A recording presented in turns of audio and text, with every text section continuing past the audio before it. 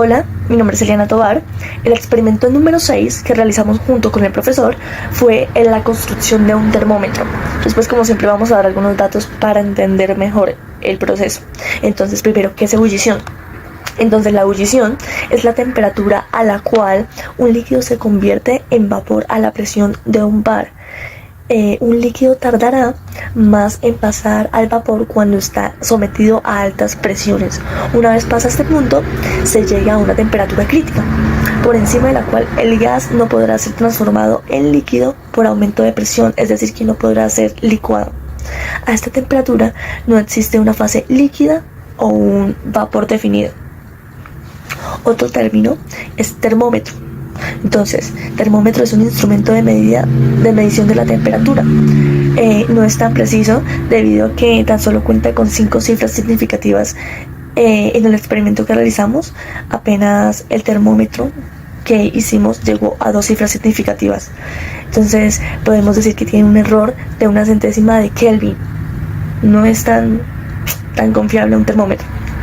Los materiales que utilizamos para hacer el termómetro fue un poco de agua destilada, un recipiente para vertirla, una plancha de calentamiento, una termopupla, un multímetro y sal.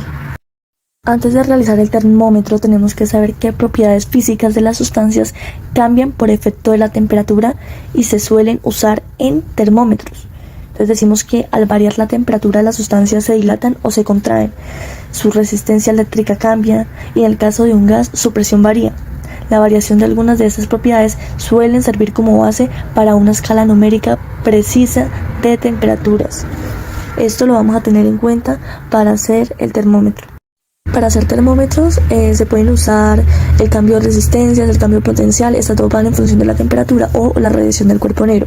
Entonces, con respecto a unos experimentos que hicimos, podemos observar que hay resistencias que aumentan o disminuyen con respecto a la temperatura porque están constituidas por diferentes materiales. Entonces, si son conductoras, aumentan la resistencia proporcionalmente a la temperatura. Y los semiconductores, entonces, se comportan inversamente proporcional al aumento de la temperatura. La radiación del cuerpo negro es cuando todos los cuerpos están en equilibrio térmico por una radiación o por los fotones que los circundan, y esa radiación en equilibrio depende de la temperatura. Así es como funcionan las cámaras termográficas, y hicimos una prueba con una de ellas, pero la verdad no resultó ser tan eficiente. Entonces decidimos enfocarnos más en el cambio de potencial.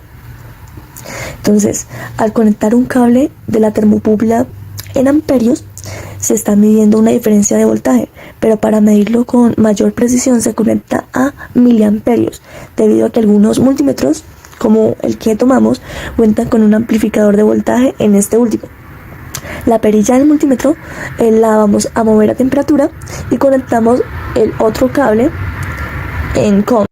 Nos dimos cuenta que este tipo de termómetros funcionan porque la diferencia de potenciales entre la unión de dos metales que son disímiles, por ejemplo el platino y el níquel, varía con la temperatura, pero esa variación es muy pequeña y a la vez es muy precisa.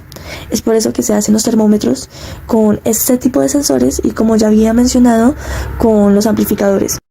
Una vez armado el termómetro, lo primero que hicimos fue medir la temperatura del agua destilada, la cual dio 92 grados centígrados a la presión de Bogotá, y procedimos a agregarle sal a ver qué sucedía.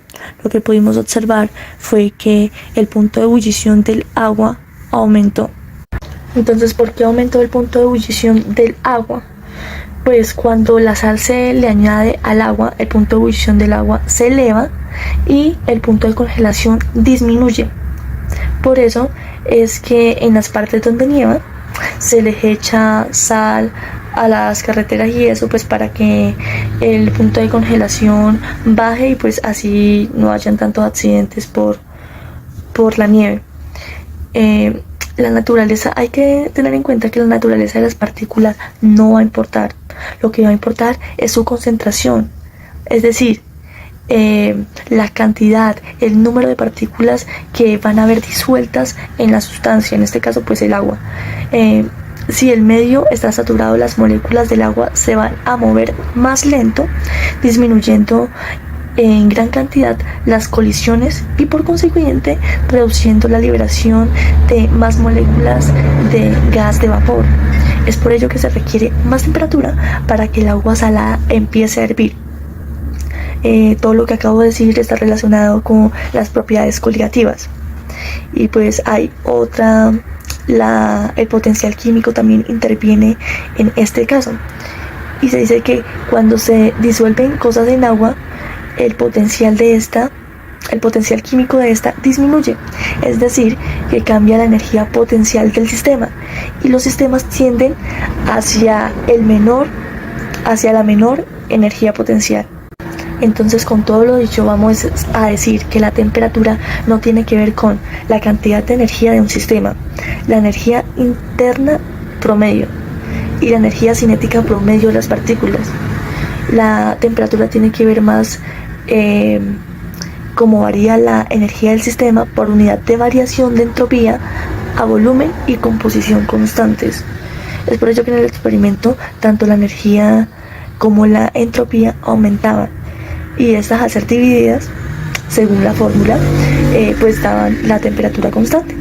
Por eso es que a pesar de que aumentemos la temperatura en el punto de ebullición, pues esta al llegar ahí va a ser constante y pues esta siempre se va a dar cuando haya transición de estados.